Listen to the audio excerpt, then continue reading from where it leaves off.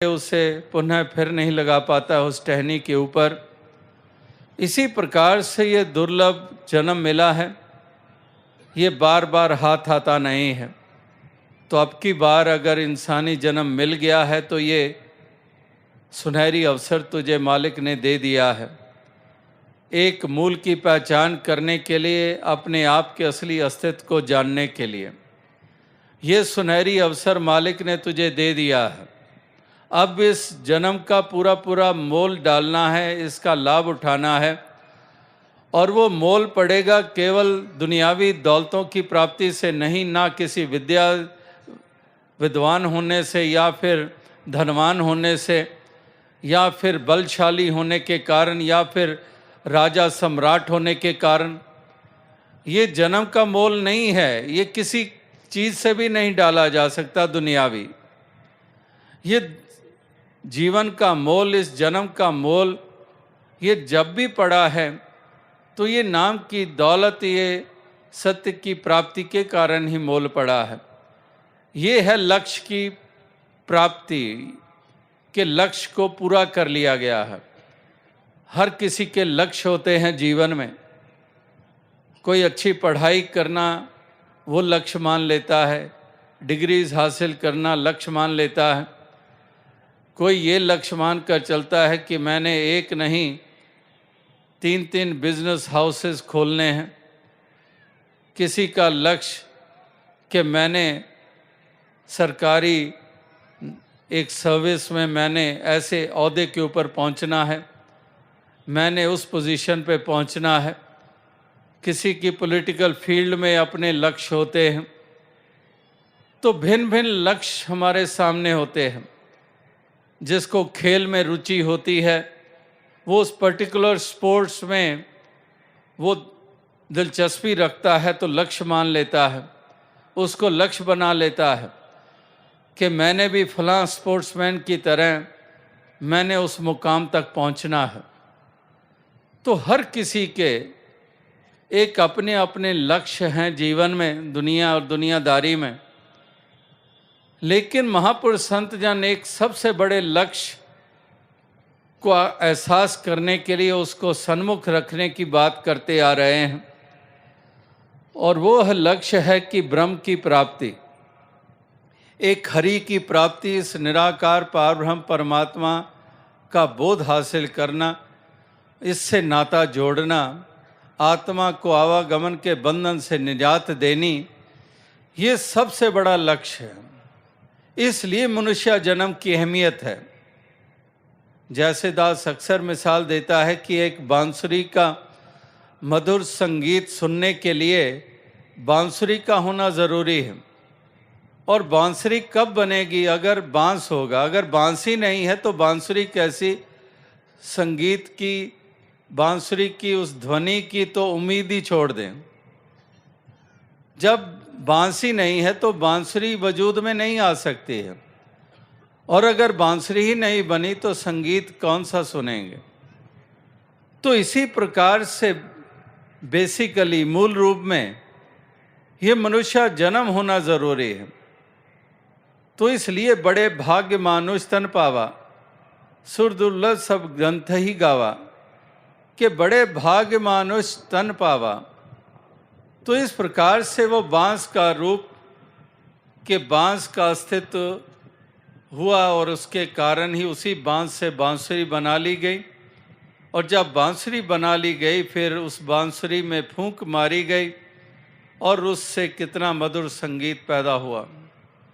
तो इसी प्रकार से मूल रूप में ये प्राप्त हो गया इंसानी जन्म, तो बड़े भाग्य मानुष तन पावा।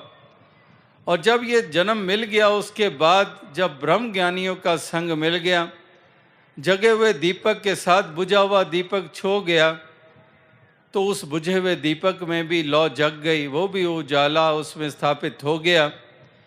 इसी प्रकार से फिर उजाला स्थापित हो गया, तो उसी उजाले, उसी रोशनी में ये जीवन का सफ़र तय हो गया। तो इसलिए जीवन में ऐसी एक क्रांति घटित हो गई और एक जीवन के उस मुकाम तक पहुंच गए जो मुकाम सबसे ऊंचा मुकाम माना गया है। तो इसीलिए ये प्रेरणाएं, ये संदेश, ये पैगाम, ये स्थान स्थान पर ये दिया जा रहा है, युगों से दिया जा रहा है और आज भी यही संदेश दिया जा रहा है उनके द्वारा जिन्होंने इस मंजिल को पाया है। जैसे पहले भी कहा है सूफी संतों ने भी कि पाया है कुछ पाया है मेरे सतगुर अलख लखाया है, कि मैंने पाया है कुछ पाया है मेरे सतगुर ने अलख की लखता करा दी है। कि अल्लो अलख ना जाई लखिया गुरु गुर दीना मीठा, कहे कबीर मेरी संसा नासी सर्व निरंजन डीठा। तो इस प्रकार से ये जो अलख है इसकी लखता ये करा दी है सतगुरु ने, मुर्शद ने, ब्रह्म ज्ञानी ने। तो इस प्रकार से ये कृपा हुई और ये लखता होगी, सत्य का बोध हो गया। तो इसलिए महापुरुष कहते हैं कि ऐसे ब्रह्म ज्ञानियों का संग करके जब ये लौ जग जाती है हमारे जीवन का अंधकार, इस आत्मा का अंधकार जो जन्मों जन्मों का चल रहा है, इस अंधकार से छुटकारा ये प्राप्त हो जाता है। इसीलिए ये जीवन के श्वासों का बहुत मोल है, क्योंकि एक एक श्वास हाथों से निकल रहा है। एक दिन में शायद 24,000 बार कहते हैं कि श्वास लिए छोड़े जाते हैं। तो एक दिन में अगर 24,000 बार श्वास लिए जाते हैं तो 24 घंटे में कितने हो गए और एक महीने में कितने हो गए, और अपनी उम्र का हिसाब लगा ले कि एक साल में 365 दिन, और उसको फिर हम गिने कितने बरस के हम हो गए हैं, कितने बरस हो गए इस शरीर को प्राप्त किए हुए। तो उससे हम हिसाब लगा सकते हैं कि कितने श्वास हाथों से चले भी गए, वो हाथों से निकल भी गए, और बात करते करते भी फिर से ही दर्जनों श्वास हाथों से निकल गए, सुनते हुए भी श्वास हाथों से निकल गए। तो इसलिए ये एक एक श्वास की कीमत है।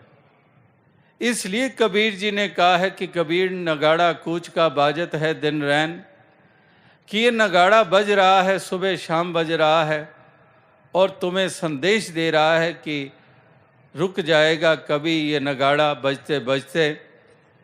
तो इसलिए इंसान ये मनमुख ना बना रहे, एक इस प्रकार से अपना मुख सत्य की ओर, गुरु की ओर कर ले। और जैसे कहा भी है कि पौड़ी छिटकी हाथ ना आए, मनमुख अहला जन्म गवाए, कि ये पौड़ी हाथ से, ये सीढ़ी हाथ से निकल गई, ये अवसर हाथ से निकल गया, तो फिर ये अवसर नहीं मिलता है, मौका नहीं मिलता है। तो इसीलिए कहते हैं कि करूं विनंती सुन मेरे मीता, संत टहल की बेला, यहाँ खाड़ चलो हरी लाहा, आगे बसे सुहेला। कि यहाँ पर वो लाभ प्राप्त कर लो ताकि आगे भी सुहेला बसना हो जाए। तो जहाँ पर आत्मा के कल्याण के लिए भी ये बोध हासिल करना ज़रूरी, वहाँ पर जैसे कहा कि ये लोक की यात्रा भी सुंदर ढंग से तय करने के लिए भी एक हकीकत और सच्चाई में स्थित होना बड़ा ज़रूरी है। अपने स्वयं की पहचान इसी ज्ञान की लौ से होती है, इस बोध से होती है, और इसी के कारण इस मन में उजाला हो जाता है।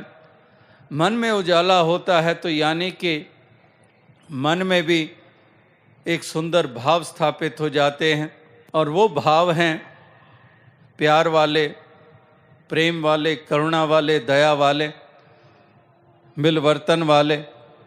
तो वो भाव जब इस प्रकार से स्थापित हो जाते हैं तो फिर एक सुंदर जीवन की चाल बन जाती है, और वही जीवन दूसरों के लिए भी वरदान हो जाता है, धरती के लिए वरदान हो जाता है।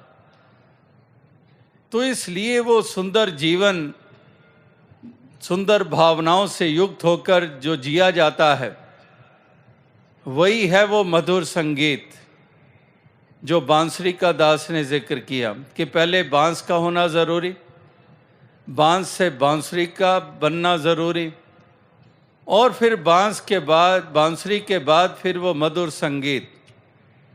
तो सुंदर भावनाओं से युक्त होकर जब हम सही इंसानी चाल चलते हैं, दया करुणा प्रेम भाव से युक्त होकर, यही तो है वो मधुर संगीत। वरना तो शोरो गुल कि शोर ही मच रहा है, मधुर संगीत नहीं, केवल शोर। और इस प्रकार से शोरो गुल सारे संसार में इस तरह से नाक में दम कर देता है। तो इस तरह से ये मधुर संगीत यानी कि सुंदर जीवन, एक सुंदर प्यार भरा जीवन, एक ऐसे भक्ति के रंग में रंगे हुए, प्रेम ही प्रेम छलक रहा है, रोम रोम से एक एक अभिव्यक्ति जो हो रही है वो प्रेम की हो रही है। जुबान के द्वारा भी अभिव्यक्ति प्रेम द्वारा हो रही है। इसी प्रकार से जितने भी आव भाव हैं वो सब प्रेम के अंतर्गत। तो इसलिए प्रेममय जीवन जब हो जाता है तो वाकई ही वो जीवन बहुत प्रेरणा का कारण बनता है और सुखद हो जाता है औरों के लिए। तो इसीलिए महापुरुष यही कहते हैं कि जीवन को सजाने और संवारने के लिए ये प्रेम भाव बहुत ज़रूरी है। यही प्रेम का नगमा, यही प्रेम के तराने, इस प्रकार से ये प्रेम के मधुर संगीत ये जो पैदा होता है वाणी के द्वारा भी। ऐसी वाणी बोलिए मन का आपा खोए, औरन को शीतल करे आप भी शीतल होए। कि इस प्रकार से ऐसे प्रेम ही छलक रहा है मीठी वाणी में, मिठास ही मिठास, क्योंकि प्रेम मिठास का रूप है और नफरत कड़वाहट से भरा हुआ रूप है। कि कड़वाहट ही कड़वाहट, वाणी में भी कड़वाहट, व्यवहार में भी कड़वाहट, एक नफरत, वैर, ईर्ष्या, जलने का भाव, जलाने का भाव। तो वो सब कुछ एक नुकसान का कारण बनता है। लेकिन प्रेम, मिठास, सद्व्यवहार, ये वास्तविकता में सुकून और चैन देने वाले भाव हैं और इन्हीं से ही सजता है संवरता है जीवन। तो इस कदर सजा हुआ संवरा हुआ जीवन हर कोई जी पाए, इसीलिए महापुरुष संत जनों की मति को धारण करना, ये बार बार ये प्रेरणा दी जाती है कि संतों की मति को धारण कर लें, अपनी मति को मनमति को तज दें और गुरमति रंगमान, कि गुरु की मति को धारण करें, संतों की मति को धारण करें जो प्रेम करुणा दया भाव से खुद युक्त हैं, और हम भी उसी चाल को चलें, वही अनुकरण करें, वही अनुसरण हम करते चले जाएं। यही एक प्रार्थना, यही एक शुभकामना, यही एक अरदास की जा रही है कि इस प्रकार से इंसान जीवन जिएं, ये नफ़रतों का दामन छोड़ें। नफ़रतों ने कितने नुकसान किए हैं, आज तक कोई बताए कि नफ़रतों से लाभ हुआ है? सिवाय नुकसान के कुछ नहीं हुआ है। नफ़रतों ने हिंसा को जन्म दिया और हिंसा ने कहर ढा दिए। तो नफ़रतों ने तो हमेशा उजाड़ा ही है। आप भी लगातार वो पंक्ति शायर लोग पढ़ते भी हैं, आप भी पढ़ते हैं कि प्यार सजाता है गुलशन को और नफ़रत वीरान करे। कि प्यार गुलशन को सजाता संवारता है, लेकिन नफ़रत जो है वो वीरानगी लाती है। तो इसलिए नफ़रत का दामन छोड़ें और प्यार का दामन पकड़ लें। बहे तो ज्ञान और प्रेम की गंगा बहे, ना कि खून की नदियां बहाई जाएं।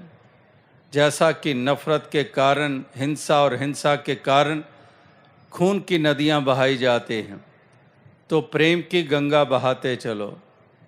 यही महापुरुषों संतों ने चाहा है कि प्रेम की गंगा बहाते चले जाओ, तो प्रेम भरा जीवन जिए सभी, प्यार ही प्यार के तराने हो।